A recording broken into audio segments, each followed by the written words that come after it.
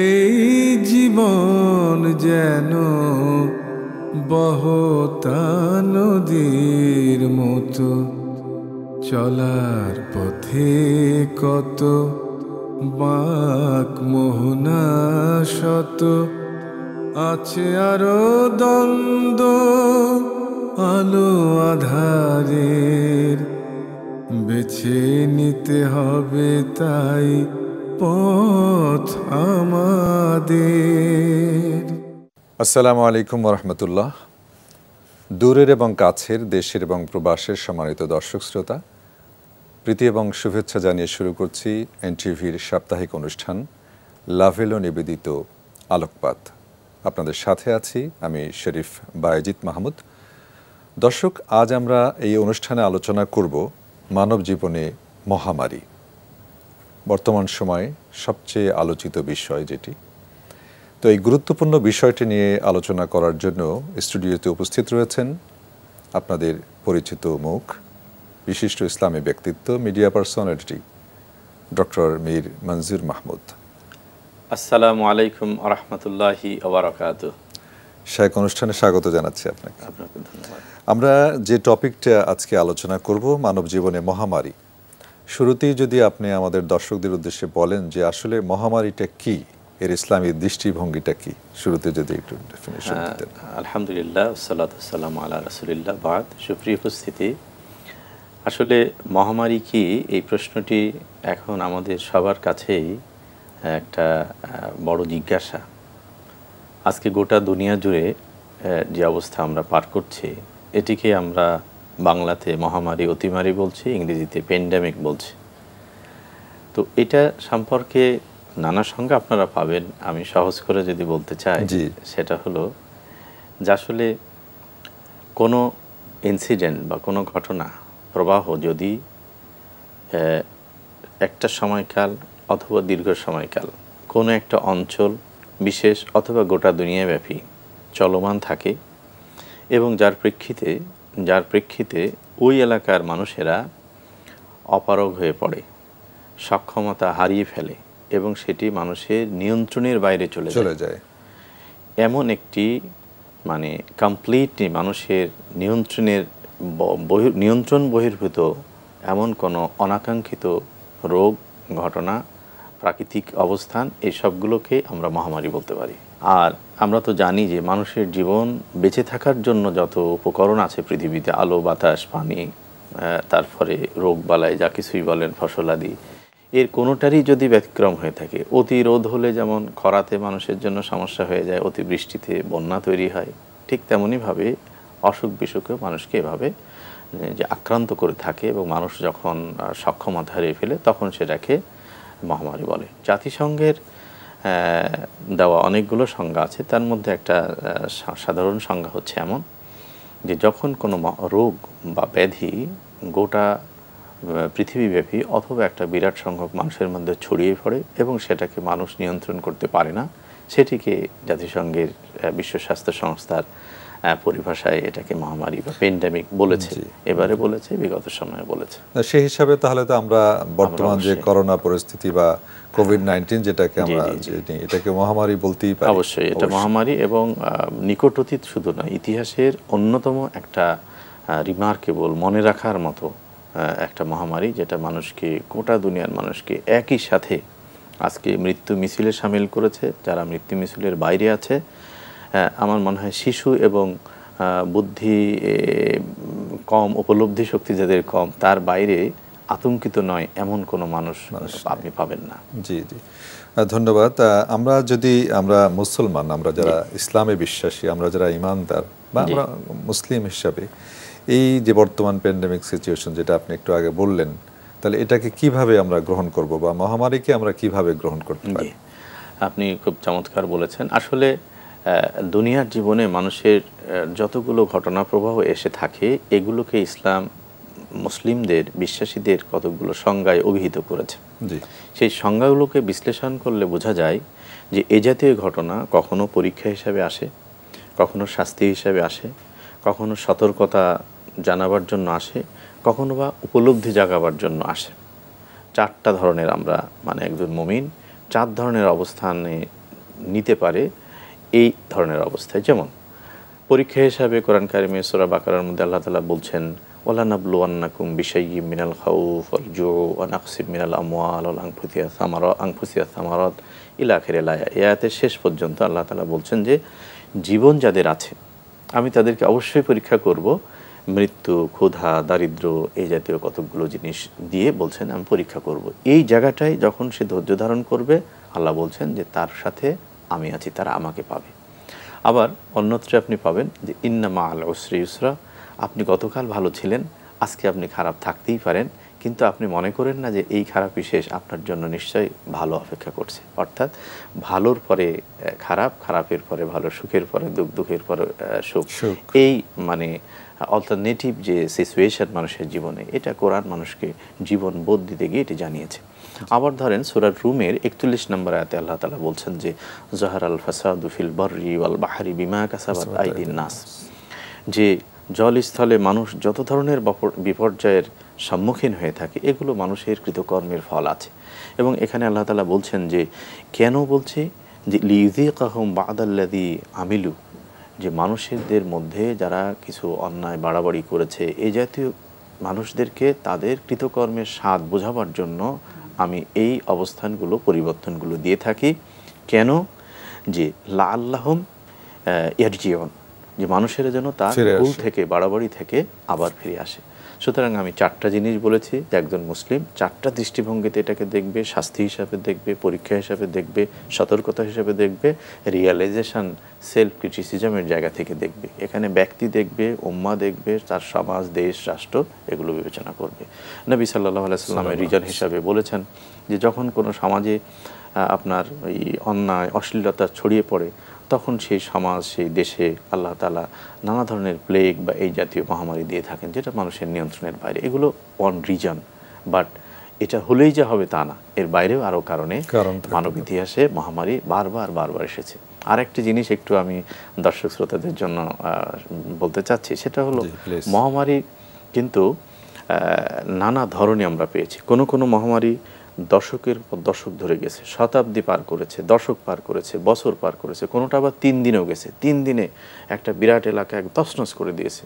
কোনোটার কারণ জানা গেছে, কোনোটার কারণ জানা যায়নি, কোনোটার রোগরূপ এসেছে, কোনোটা মানুষের অজানা কারণে এসেছে। তো সুতরাং মহামারী মানে সুনির্দিষ্ট সময়ের জন্য হবে এমন কোনো চরিত্র আমরা পাই না। আবার এটা যে একবারে চলে যায় তাও না, আবার ফিরেও আসে। সুতরাং আজকে যে মহামারীর মধ্যে আমরা আছি এই সময়ে আমার মনে হয় একজন মুসলিম হিসেবে এই 4 অবস্থা আমাদের বিবেচনায় থাকা দরকার। ধন্যবাদ। আসলে কিন্তু একটা জিনিস যদি আমি একটু এই প্রসঙ্গে বলি যে আমরা যারা মুসলিম এখন কিন্তু এটাকে অনেকে আমরা বলছি মহামারী, মেনে নিচ্ছি এটা আল্লাহর গজব। আবার কেউ বলছে যে এটা কিছু না, এই করোনা বা কোভিড-19 এগুলো কিছু না, এগুলো সব আল্লাহর ইচ্ছেই হবে, অবশ্যই হবে। এই ক্ষেত্রে আপনি কি বলবেন? আসলে যারা এই কথাগুলো বলছেন আমি বিনয়ের সাথে তাদেরকে বলতে চাই যে আপনি কেন এটাকে অস্বীকার করছেন? আমার আপনার সামনে আমার আপনার স্বজন, বন্ধু, প্রতিবেশী চলে যাচ্ছে না? আমরা মিডিয়ার সুবাদে পৃথিবীর কোন জায়গার সংবাদটা পাচ্ছি না? এই মৃত্যু যদি আপনি মনে করেন, আমি মনে করি যে কোভিড সব কিছু না, তাহলে আপনি বলেন যে এর কারণগুলো কি, বা তারা যে সমস্ত সমস্যা সাফার করছে সেই জায়গাগুলো। কোভিড হলে জ্বর আসছে, কাশি হচ্ছে, যেগুলো আসছে এগুলোর জন্য তো ঔষধ আছে, তো সেই ওষুধগুলো তো ডক্টররা দিচ্ছেন, কাজ করছে না কেন? তাহলে যারা এই কথাগুলো বলছেন আমি বলবো যে এটা হয়তোবা তারা অবচেতন মানে বলছেন, অথবা ইন্টেনশনালি বলতে চাচ্ছেন, অথবা তাদের এমন একটা বিশ্বাসবোধ বলতে চাচ্ছেন যে বিশ্বাসবোধ যেন তাকে শিখিয়েছে যে আমি আল্লাহতে বিশ্বাসী হলে আমার আর কিছু হবে না।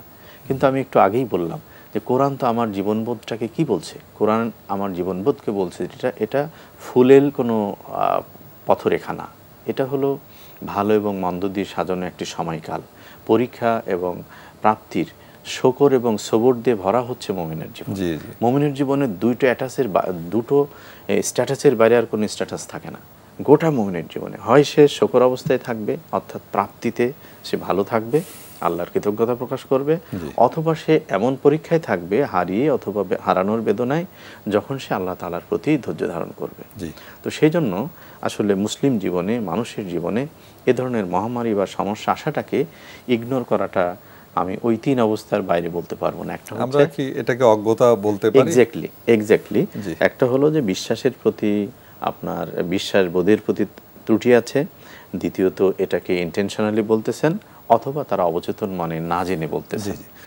শাইখ, এবারে আপনার কাছে আমার প্রশ্ন থাকবে যে আমরা দেখেছি যে কালে কালে যুগে যুগে মহামারী বছরের পর বছর থেকেছে, এরকম অতীতেও হয়েছে, সেই বিষয়ে যদি আপনি দর্শকদেরকে জানাতেন। হ্যাঁ, আপনাকে ধন্যবাদ। আসলে মহামারী তো ইতিহাস, সুদীর্ঘ ইতিহাস। যেমন খ্রিস্টপূর্ব 1200 অব্দের কথা, যেখানে মিশরের ফারাও সভ্যতার ইতিহাস থেকে দেখা যায় যে সেখানে ব্যাপক আকারে মহামারী মিশর তথা মিশরীয় সভ্যতার অধীনের আশপাশের একটা বড় অঞ্চলে সেটা ঘটেছিল, পূর্বাব্দে 1200 অব্দে আর কি। এবং সেই সময়ের মমি করা আছে, সেই মমির গায়েও কিন্তু বসন্ত রোগের চিহ্ন পাওয়া যায়, এবং সেটা দিকে ঐতিহাসিকরা বলেন যে এটা সেই সময়ের বড় ধরনের মহামারীর একটা চিহ্ন বহন করে।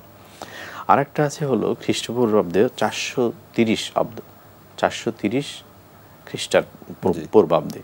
সেটি হয়েছিল একটা বিস্তর অঞ্চল, আফ্রিকা এবং ইউরোপের একটা অঞ্চল দিয়ে। সেখানে উল্লেখযোগ্য হচ্ছে লিবিয়া, আজকের লিবিয়া, ইথিওপিয়া, মিশর এবং গ্রিস। এই এলাকায় সেই মহামারীতে প্রতি 2-3 জনে 2 জন মারা গেছেন, অর্থাৎ 2/3 লোক মারা গেছে। এবং সেই রোগের মূল লক্ষণ কিন্তু এখনকার এই ইয়ার সাথে মিলে। সেখানে ছিল প্রচণ্ড জ্বর, গলা ব্যথা, পিপাসা, আর জীব রক্তাক্ত হয়ে যেত, এবং গায়ে, চামড়ায়, ত্বকে লালচে দাগ হতো, এবং পাশাপাশি ক্ষতেরও সৃষ্টি হতো। অনেক মিল আছে এবং এই বিবরণটা সে সময় দেখা যায়, এবং একটা ব্যাপক প্রাণহানি সে সময় ঘটে, মানুষ অসহায় এই অবস্থার শিকার হয়েছে। এটা খ্রিস্টপূর্বাব্দের আমি দুটো উল্লেখযোগ্য বললাম, একটা 1200 আর একটা 430। এখন খ্রিস্টাব্দের আমি কয়েকটা বলতে চাচ্ছি।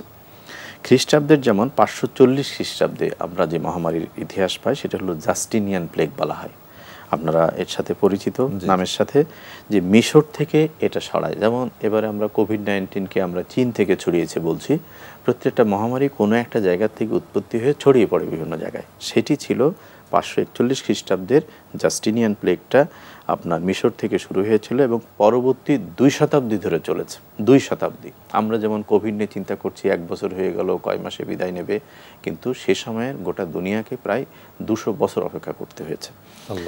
এবং সেখানে প্রায় 5 কোটি মানুষ মারা যায়। তৎকালীন বিশ্বের প্রায় 26% লোক, অর্থাৎ 1/4 কিছু বেশি লোক মারা যায় সেই সময়। অর্থাৎ 400 কোটি লোক থাকলে 100 কোটি, তো 5 কোটি মানে সে সময় ধরা হয় যে পৃথিবীতে 20 কোটি লোক ছিল, তার 5 কোটি লোক মারা গেছে। এইরকম মহামারী সে সময় হয়েছিল। আরেকটি হলো 735 থেকে 737, এটা 2 বছর ছিল। এই খ্রিস্টাব্দে হয়েছে জাপানি গুটি বসন্ত, এটা বলা হয় জাপানিজ স্মল পক্স, এবং এটা 1/3 মানুষ মারা যায়, এবং এটা জাপান এবং এশিয়ার এই বেড দিয়ে এটার প্রাদুর্ভাব ছিল। আরেকটা হলো 11 শতাব্দীর কুষ্ঠ রোগী, যেটা অ্যান্টিবায়োটিক আবিষ্কারের আগ পর্যন্ত এটা একটা দীর্ঘ সময় অতিবাহিত করেছে, সেখানে অনেক মানুষ মারা গেছে। তারপরে দ্য ব্ল্যাক ডেথ 1350 খ্রিস্টাব্দে, এটা আমরা জেনেছি, এবং এটাতেও 1/3 লোক দুনিয়া জুড়ে মারা গেছে, এবং এটা গোটা ইউরোপকে তছনছ করে দিয়েছে, এবং ম্যাক্সিমামটা এটা ইউরোপে হয়েছিল। তারপরে the great plague of London বলা হয়, এটা হলো 1665 সালের কথা। সেখানে লন্ডন থেকে উৎপত্তি হয়েছিল এবং যত জায়গায় ছড়িয়েছিল সেখানে 20% লোক মারা গেছে। এবং প্রথম কলেরা 1817 সালে এটা রাশিয়ায় শুরু হয়, এবং সেখানে 22 থেকে 23 লাখ লোক মারা যায়, আরও দূরবর্তী জায়গায় ছড়িয়েছিল। তৃতীয় প্লেগ বলা হয় 1855, যেটা চীন থেকে সূত্রপাত হয়ে ভারত, হংকং হয়ে এই উপমহাদেশে ছড়িয়েছিল, সেখানে প্রায় 1.5 কোটি লোক মারা যায়। তারপরে রাশিয়ান ফ্লু, মানে খুব কাছাকাছি 1889 সালে, যেটা সাইবেরিয়া, কাজাকস্তান থেকে সূত্রপাত হয়, উত্তর আমেরিকা, আফ্রিকা অঞ্চল পর্যন্ত ছড়িয়ে পড়ে, এবং সেখানে প্রায় 4 লাখ লোক মতো মৃত্যুবরণ করে। এরপরে মুসলিম শাসন আমলে ওসমানিয়া সালতানাতের সময় আপনার 1812 থেকে 1819, প্রায় 7-8 বছর ধরে এটা চলেছিল, এবং ওসমানী সালতানাত তো বিরাট এরিয়া চলে এশিয়া, ইউরোপ, আফ্রিকা দিয়ে, তার একটা বড় অংশ এই প্লেগ আক্রান্ত হয়েছিল, এবং সেখানে প্রায় 3 লাখ লোক মারা যায় তৎকালীন হিসাবে। স্প্যানিশ ফ্লু 1918, এটা আমরা জানি, এখানে প্রায় 5 কোটি লোক মারা যায়, এবং 50 কোটি কেউ কেউ বলেন মারা যায়। এটার উৎপত্তি চীনে ছিল। এশিয়ান ফ্লু 57 সালে, এই 1957 সালে হয়েছে। এখানে 14,000, দ্বিতীয় পর্বে প্রায় 11 লাখ লোক মারা যায়। এভাবে আপনি এইডস যেতে পারেন, স্মল পক্স যেতে পারেন, ডেঙ্গু, সোয়াইন ফ্লু, এগুলোও কিন্তু একটা বড় জায়গায় এসছে। আপনার আলোচনা থেকে তো শুনে আমার ভিতরে অন্যরকম একটা মানে কি বলবো, আমি ভাষায় ব্যক্ত করতে পারছি না। তার মানে আমরা একটা কঠিন সময় পার করছি, এরকম দীর্ঘ সময়ের জন্য আমরা কতদিন আমরা জানি না, একটা অনিশ্চিত একটা ভবিষ্যতের দিকে আমরা কিন্তু ধাবিত হচ্ছি। জি জি। তো আল্লাহ রাব্বুল আলামিন আমাদের হেফাজত করুন এখান থেকে। তো মোহতারাম, সময়ের তো আমাদের বাইন্ডিংস রয়েছে। এরপরে আমরা যদি আসি মুসলিম শাসনামলের কথা আপনি বললেন, অবশ্য ওসমানীয়। একটা জিনিস কি আমাকে একটু বলবেন যে আপনি যে ঘটনাগুলো বললেন মহামারীর কথা, মিশরের কথা বললেন, উৎপত্তি স্থল বারবার আসছে, দুবার বললেন, আবার বললেন যে চীন থেকে আসছে। এই যে বিশেষ বিশেষ জায়গা থেকে উৎপত্তি, চীনের কথাও কিন্তু একাধিকবার বলছেন আপনি। এর কি কোনো গবেষণা আছে আপনার, কেন এই জায়গাগুলো থেকে হচ্ছে, এরকম কোনো তথ্য দিতে পারবেন? আসলে এই জাতীয় কোনো অথেন্টিক সোর্স আমার কাছে নেই। তবে আমি আপনাকে যেটা আমাদের সুপ্রিয় দর্শক শ্রোতাদের জন্য বলতে চাই, যে আমাদের কাছে একটা ধারণা যে অমুসলিম হওয়ার কারণে বা অবিশ্বাসী হওয়ার কারণে মনে হয় হয়েছে। আমি সেই জায়গাটার উত্তরের জন্য ছোট্ট একটা পরিসংখ্যান দিতে চাচ্ছি। সেটা হলো যে কালে কালে মুসলিম জনপদে প্রায় 12টা বড় ধরনের মহামারী হয়েছে। এবং আমি কালে কাল বলতেছি যে নবী সাল্লাল্লাহু আলাইহি ওয়াসাল্লামের আগমন থেকে টিল নাও প্রায় 12টা উল্লেখযোগ্য হয়েছে। তার মাঝে আমি এখানে 4টা উল্লেখ করতে চাচ্ছি। একটা হচ্ছে যে আমোয়াসের মহামারী, আমোয়াসের প্রসিদ্ধ মহামারী। এটা হলো 639 খ্রিস্টাব্দ থেকে 638 মানে 38-39 খ্রিস্টাব্দে এটা হয়েছে, দ্বিতীয় খলিফা ওমর রাদিয়াল্লাহু তাআলা আনহুর শাসনামলে। এবং এটা হয়েছিল ফিলিস্তিন এবং রামলা এলাকা দিয়ে। এবং সেখানে এই মহামারীতে আবু উবাইদা ইবনুল জাররাহ রাদিয়াল্লাহু তাআলা আনহু, মুআজ ইবনু জাবাল, ইয়াজিদ ইবনু সুফিয়ান, হারিস ইবনু হিশাম, সোহাইল ইবনু আমর, উতবা ইবনু সোহাইল রাদিয়াল্লাহু তাআলা আনহুর মতো সাহাবীরা সহ প্রায় 20 থেকে 25 হাজার সাহাবী ইন্তেকাল করেছেন এই সময়ে। তারপরে জারিফ মহামারী একটা বলা হয়, এটা 689 খ্রিস্টাব্দে। এটা বসরায় হয়েছিল, ইরাকের বসরায়। এবং এখানে আব্দুল্লাহ ইবনু জুবাইর রাদিয়াল্লাহু তাআলা এখানে ইন্তেকাল করেন। এবং এটা মাত্র 3 দিন স্থিতিকাল ছিল। আমি যে একটু আগে বলছি যে মহামারী 3 দিনও হতে দেখা গেছে। এবং এই সময় কত মানুষ মরেছে এই হিসাব রাখার লোক মানে হিসাবটা সেইভাবে আসেনি। তারপরে ফাতাওয়াত মহামারী, এটা আরেকটু মানে ভিন্ন ধর্মের, 750 খ্রিস্টাব্দে। এটা ইরাক এবং বৃহত্তর সিরিয়ায় এটা ছড়িয়ে পড়ে। এবং এখানে বলা হয় যে তাউন ফাতাত, অর্থাৎ এটা যুবতী মেয়েদেরকে আগে এই করেছিল, আক্রান্ত করেছিল। তারপরে সব বয়সের মানুষের এখানে এসেছিল। এবং এটা একটা ব্যাপক সময় ধরে একটা বড় ধরনের প্রাণহানি হয়। এরপরে মুসলিম ইবনু কুতাইবা প্লেগ, যেটা 748 খ্রিস্টাব্দে উমাইয়া শাসনামলের সর্বশেষ এই মহামারী। এবং সেখানে মুসলিম সেনাপতি কুতাইবা ইবনু মুসলিম কিন্তু শাহাদাত বরণ করেন এই মহামারীতে। এটার স্থায়িত্ব ছিল আপনার 3 মাস। এবং রমাদান মাসে এটা এত ব্যাপক আকার ধারণ করে যে এই সম্পর্কিত বর্ণনায় লিখছেন যে বাগদাদের লোকেরা সারাদিন রোজা থেকে 10 থেকে 11 হাজার মানে মাদফুন করে এসে তারা ইফতার করতে হয়েছে তাদেরকে, শুধু বাগদাদের জনশক্তির উপরে। তার মানে এটা ছিল মানে আকারটা ছিল এমনটি। তো সেজন্য বলছি যে মহামারী শুধু মানুষের শাস্তির জন্য আসে তা না। ওই যে বলেছি 4টা জিনিস, পরীক্ষা, আত্মোপলব্ধি, সতর্কতা অথবা শাস্তি। আমার মনে হয় আমরা শেষের দিকে প্রায়। আমরা যদি এখন আমাদের করণীয়, এই যে অতীতের কথা, ইতিহাসের কথা শুনলাম, আশা করছি দর্শক যারা আমাদের অনুষ্ঠান দেখছেন, আপনারা এই ইতিহাসগুলো হয়তো আপনাদের অনেকেরই হয়তো জানা ছিল না। আজকে থেকে জানলেন যে এটা আমাদের জন্যই প্রথম না, এর পূর্বেও বহু কোটি কোটি কোটি কোটি মানুষকে এই মহামারীর দ্বারা আক্রান্ত হয়ে এহ জগৎ ত্যাগ করতে হয়েছে। তো আমরা যারা বর্তমানে অবস্থান করছি, কোভিড-19 শিরোনামে যে মহামারী, এটা আমরা ফেস করছি, এখন সাফার করছি আমরা, আমাদের জন্য কি করণীয় রয়েছে? এটা আপনি খুবই গুরুত্বপূর্ণ বিষয় বলেছেন, সময়ও কম। আমি শুধু কয়েকটা জিনিস বলবো যে মহামারী বা যে কোনো দুর্যোগে একজন মুসলিম সবসময় অগ্রণী থাকবে দায়িত্বের ক্ষেত্রে। পাশাপাশি আমার এই প্রিয় দেশ এই মহামারীতে পৃথিবীর অন্য জনপদের মতোই আক্রান্ত। এই মুহূর্তে একটা বিরাট অংশ আমরা এর মধ্যে আছি। আমাদের দায়িত্ব হলো প্রথমত স্বাস্থ্য সচেতনতাকে আমাদের মেনে চলা, এরপরে স্বাস্থ্যবিধি যেটা আছে সেটা মেনে চলা। তারপরে মুসলিম হিসাবে আমাদেরকে আল্লাহ তাআলার সাহায্য এবং দয়াকে সব সময় মনে ধারণ করা এবং সেটাকে ধারণ করে কর্মতৎপর হওয়া। নবী সাল্লাল্লাহু আলাইহি সাল্লাম আমাদের যেমন সাবধান থাকতে বলেছেন, পাশাপাশি সাহায্যও চেতে শিখিয়েছেন। আল্লাহুম্মা ইন্নী আউযু বিকা মিনাল বারাসি ওয়াল জুনুনি ওয়াল যুদামি ওয়া মিন সাইয়্যিল আসকাম, এমন আরও দোয়া আছে। এই দোয়াগুলো পড়া, আল্লাহর প্রতি নির্ভর করা, আল্লাহর দয়া কামনা করা, নিজের পরিবারের গোটা জাতি তথা গোটা মানবতার মুক্তির জন্য আল্লাহর কাছে সাহায্য কামনা করা, স্বাস্থ্যবিধি মেনে চলা, পাশাপাশি যারা বিপদগ্রস্ত তাদের জন্য আমাদেরকে সামর্থ্যের মধ্যে এগিয়ে যাওয়া। যাদের অর্থবিত্ত আছে, আল্লাহ সামর্থ্য দিয়েছেন, তাদেরকে চিকিৎসা সরঞ্জাম দিয়ে, সেবা দিয়ে, চিকিৎসার জায়গায়, যেমন এখন অনেকে কর্মহীন হয়ে পড়ছে অথবা মানে আপনার কি বলে পেশাহীন হয়ে পড়েছে, তাদেরকে খাদ্য সাপোর্ট দেওয়া, চিকিৎসায় সহযোগিতা করা।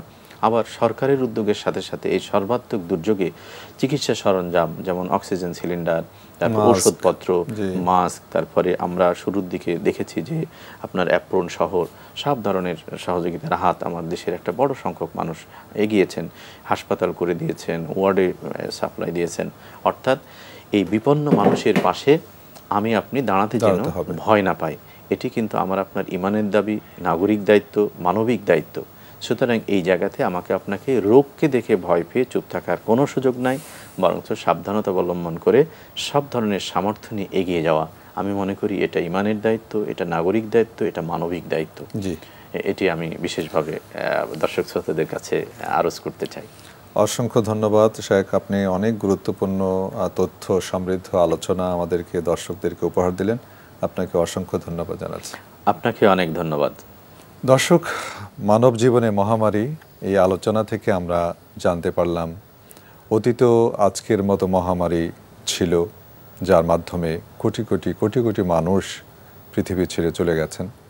বর্তমানে আমরা যারা সাফার করছি, আমাদের এই সময় কি করণীয় রয়েছে সে সম্পর্কেও মহতারাম আলোচনা করেছেন। আমরা যেন শুধুমাত্র সরকারের উপর নির্ভরশীল না হয়ে সরকারের পাশাপাশি জনগণ হিসাবে যেন আমরা সচেতন হই, আমরা যেন বেশি বেশি আল্লামুখী হই, আমরা যেন বেশি বেশি স্বাস্থ্য সচেতন হই, স্বাস্থ্যবিধি মেনে চলি, তাহলেই হয়তো আল্লাহ রাব্বুল আলামিন আমাদেরকে এ থেকে পরিত্রাণ দেবেন। মহান রব্বুল কারীমের কাছে আমরা আজকের অনুষ্ঠান থেকে একান্তভাবে প্রার্থনা করি, মোনাজাত করি, তিনি যেন আমাদেরকে এই মহামারী থেকে হেফাজত করেন, আমাদেরকে মুক্তি দান করেন। আপনারা যে যেখানে আছেন, যারা আমাদের সঙ্গে এই অনুষ্ঠান দেখছিলেন, আপনাদের সবাইকে ধন্যবাদ জানাচ্ছি। আল্লাহ রাব্বুল আলামিন আপনাদের সবাইকে ভালো রাখুন, সুস্থ রাখুন, রাখুন নিরাপদে। আসসালামু আলাইকুম ওয়া রাহমাতুল্লাহি ওয়া বারাকাতুহু। চলার পথে কত বাঁক মোহনা শত, আছে আরো দ্বন্দ্ব আলো আধারের, বেছে নিতে হবে তাই পথ আমাদের।